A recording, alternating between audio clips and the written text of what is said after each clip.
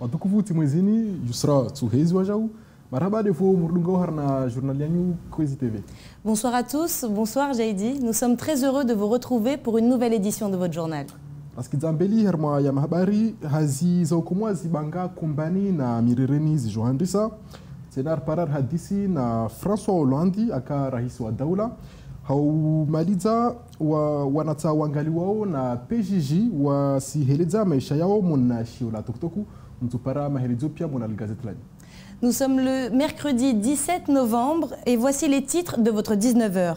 De nombreuses opérations de destruction d'habitats illégaux ont déjà eu lieu, mais en quoi cela consiste réellement? Ce soir, nous vous emmenons en immersion. Qui d'autre qu'un ancien chef d'État pour revenir sur la situation actuelle de Mayotte? François Hollande a accepté de répondre à nos questions au micro de Patrick Mian. Et pour finir, sensibiliser à l'aide d'une bande dessinée intitulée « Les enfants du lagon, protection et injustice », c'est l'objectif de la PJJ. Plus d'éléments dans cette édition.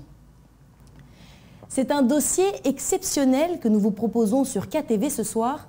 Dans quelques semaines, des opérations de destruction d'habitats illégaux seront lancées à Kombani et Mirireni. Durant tout le processus, nous vous proposons de suivre de l'intérieur, étape par étape, ce cursus.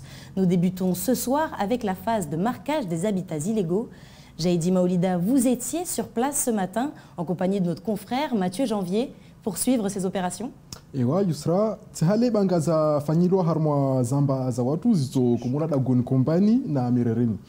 Leo serikali yako tia range zinyumba zito kumulo rikana wao na rihulishe pia ya mahelezo.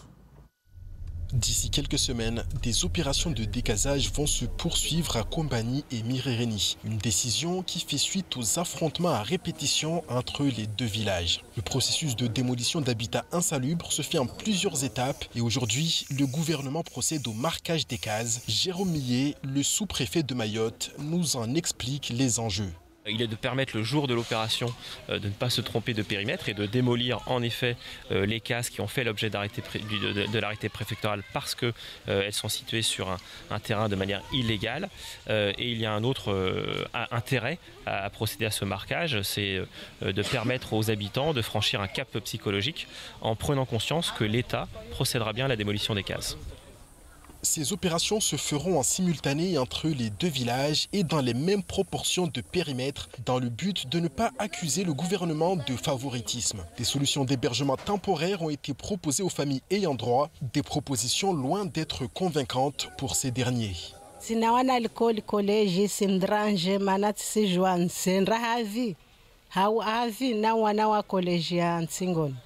A present rongozi ngazibira usava pa bekartina shwa wasi wa jeni mjeni kanalahi tati sijua za ufanya mana mrula wa yazungu henyumba ikamranda mwaye mme wangu haringwa anzua nina ulezi tisina tamwaye ya ula wamba na zungu henyumba bahanu au bahanu tuni tuye midzo nokwa norirengia midzo ya turisifanya jeje. Dans un rapport de gendarmerie adressé aux différents acteurs concernés par ces démolitions, il est fait état de risques de tension. La préfecture tient à rassurer, ces risques de débordement ont été bien anticipés en amont. Le procès verbal de renseignement administratif des gendarmes prévoit, fait état effectivement de tensions, mais qui sont connues de tout le monde entre les deux villages de Kombani et de Mirireni. Donc pour chaque opération de démolition de cases, on met en place un dispositif de sécurité très solide qui s'appuie sur les gendarmes mobiles, également sur la police municipale et qui fait suite aussi à des opérations d'interpellation d'étrangers en situation irrégulière. Si bien, vous avez pu le constater, que depuis un an, à chaque fois qu'on fait des opérations de démolition de cases, la situation est globalement apaisée. Lors de notre tournage, à plusieurs reprises, des habitants ont fait part de leur désarroi face aux destructions à venir. Une étape difficile humainement, mais nécessaire pour les autorités afin que le plus grand nombre puisse se loger dans un habitat digne de la République. Serikali renge domana ikumwe banga zini hasbabu kondre manisao Mirireni na Kombani.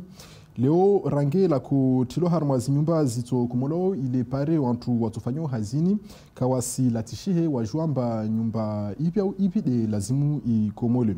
Tena muna journalianyu rito dunga mwendro hazisto fanyishihao ata suku vildizera so ukomwazi nyumba.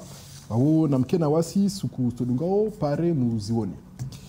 Yusra, et on va parler d'un cinquième département, Mayotte, qui a encore du mal à faire face à ces problématiques. En effet, et dans un entretien exclusif accordé à Kwesi TV, l'ancien président de la République, François Hollande, est revenu sur la situation à Mayotte. Immigration, insécurité, présidentielle 2022, l'homme de gauche a évoqué tous les sujets sans détour. Et pour lui, les problèmes que rencontre le département sont liés à son histoire et à celle de ses 3 îles voisines.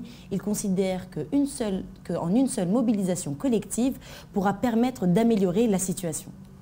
Wa Kwesi TV para ihadisi na François Hollande tongo zapatana na wajeni na zitendwa zivirao hunu au voti tu vas perdre au voti za présidence tojao rimdisi pia masuala yao na rudunga mahelezo. François Hollande est venu 2 fois à Mayotte en tant que candidat puis président de la République. Aujourd'hui retiré de la vie politique, il revient sur le statut de Mayotte et sur la situation de l'île. Mayotte est française, va le rester, doit le rester, restera française. Mais c'est vrai qu'on ne peut pas détacher Mayotte de son environnement. C'est pour ça que quand je suis allé à Mayotte, je suis allé aussi aux Comores. Parce que comment faire pour que les Comores puissent aussi assurer un niveau de développement pour éviter ces mouvements migratoires qui perturbent considérablement la vie à Mayotte. Donc notre premier devoir en tant qu'État, c'est de soutenir la départementalisation et donc de donner à Mayotte les moyens d'assurer son avenir, mais aussi, comme pays conscient de sa force dans cette région, c'est de faire en sorte que les Comores, et c'est pas si simple, puissent accéder à un niveau de développement qui puisse, à un moment ou à un autre, égaliser les conditions de vie. On n'en est pas là. Vous vous rendez compte les écarts qui se sont produits ces dernières années, ces dernières décennies entre Mayotte, île française, et les autres îles des Comores.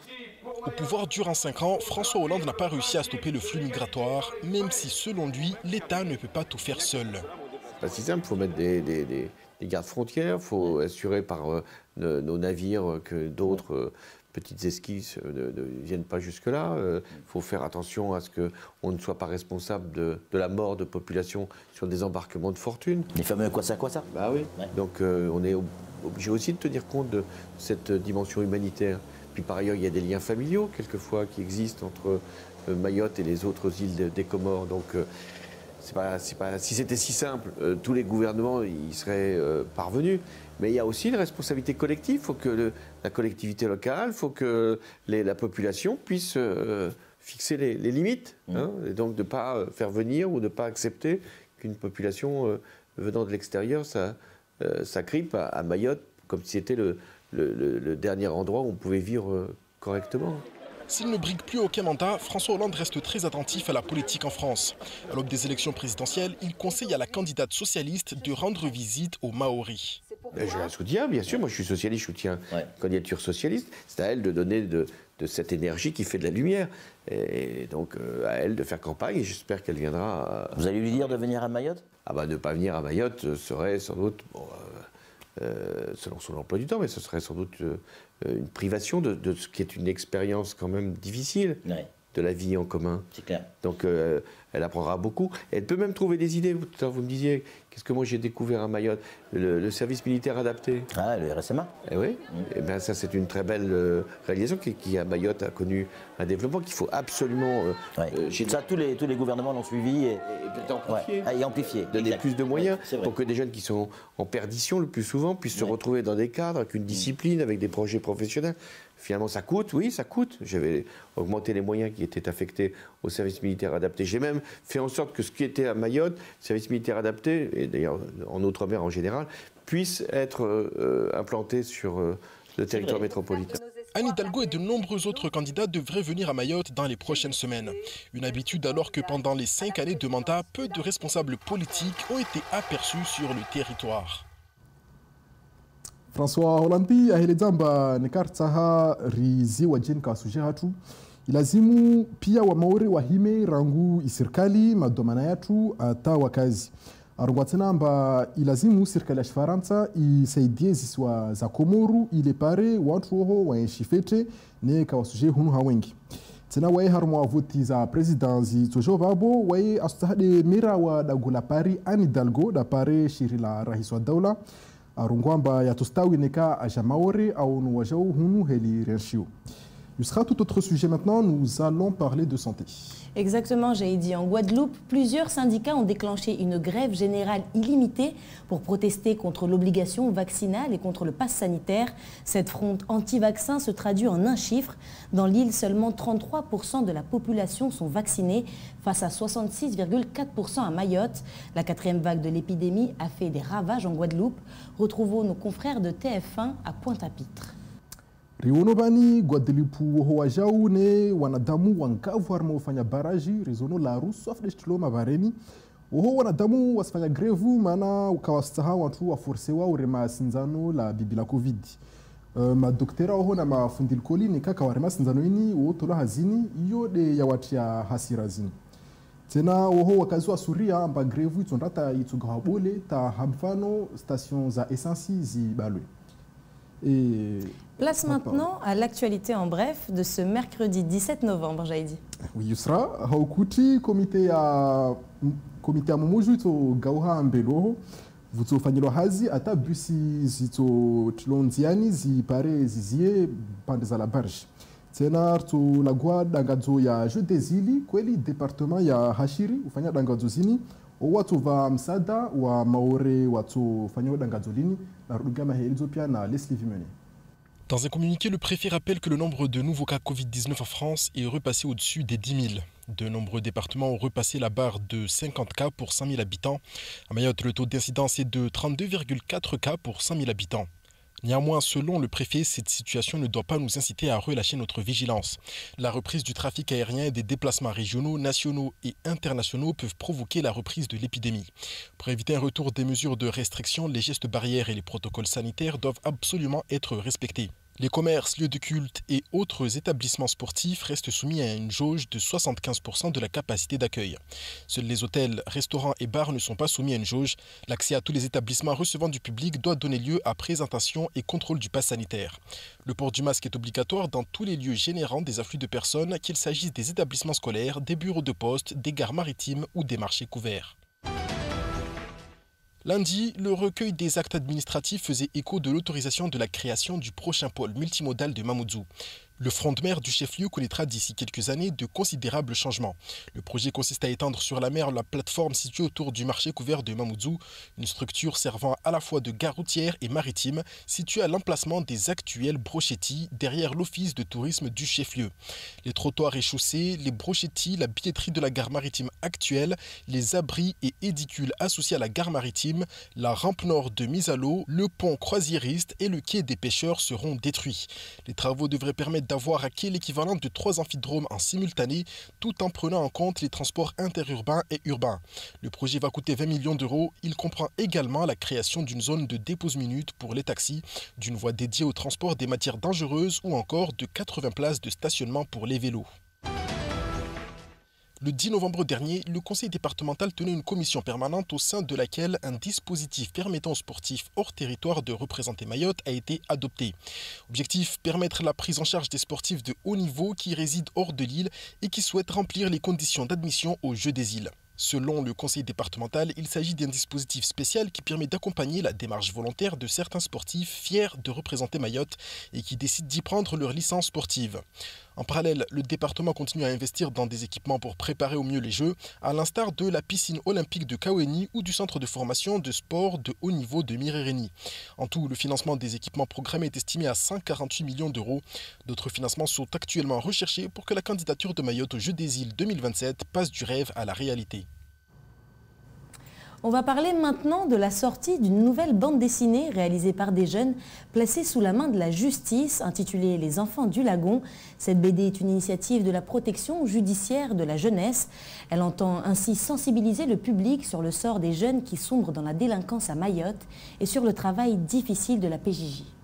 Ewa wanahirimu wahukumilwa na PJJ wafanya shio la tuktoku ile pare wa maore wa pare wa helewe zizo wazienshi Ivandra Kotovao aka na wao leo na runge maheleja. C'est une bande dessinée pas comme les autres qui vient de sortir. Les enfants du lagon racontent l'histoire de jeunes au parcours chaotique, partagés entre oisiveté et délinquance. Mais les auteurs, ce sont ces jeunes justement, une dizaine, suivis par la protection judiciaire de la jeunesse, dont Jamal, 17 ans, est fier du travail accompli. On était accompagnés avec les éducateurs et nous aussi on a aimé de faire, tu vois.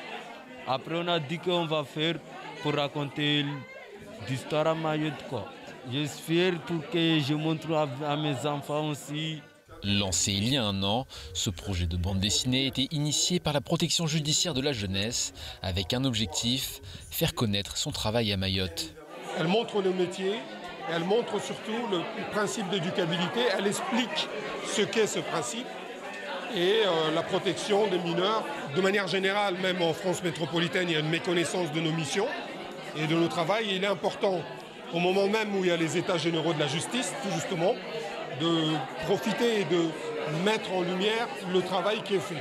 Pour mener à bien son projet, la PJJ s'est donc associée à la maison d'édition du Cygne qui a mis à disposition une équipe de 2 scénaristes, 6 dessinateurs et 2 coloristes. C'est la toute première fois qu'on travaille avec des jeunes de la PJJ. Alors le départ a été un peu froid parce que forcément ils ne connaissaient pas la BD, ils ne savaient pas ce qu'on faisait, pourquoi on était là, qu'est-ce qu'on allait encore parler d'eux en mal, voilà.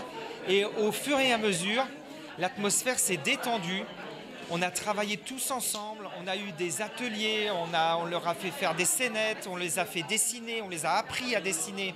Et le résultat final est bluffant, à tel point que l'ouvrage sera présenté au Festival de la BD d'Angoulême en janvier prochain, en présence de ces jeunes créateurs qui rêvent maintenant de se dessiner un avenir meilleur. Shiolini lohirwa, les enfants du lagon wanata wahukumilwa tena na wangaliwa na PJJ loifanya mwanwani wasuheleza maisha yao wayaenshi maisha madziro tena mwezi wa janvier wanahirimwani watupashia wandefaransa dagula Angoulême wandahenyese harmwa festivali tuko hazi waifanya na shio la tuktuklini. Un grand merci, Jaïdi, pour ce complément d'information en shimaoré. Et voilà, c'est la fin de votre édition. Merci de nous avoir suivis sur KTV. Demain, vous me retrouverez en compagnie d'Ivan Rakotovao. D'ici là, je vous souhaite une excellente soirée sur Kozi. Rabadi vo mardunga harna lijuralianyu meso yusram hadala tukana Ivan Rakotovao amtekelezeni mahabari timvoshani hukumwema.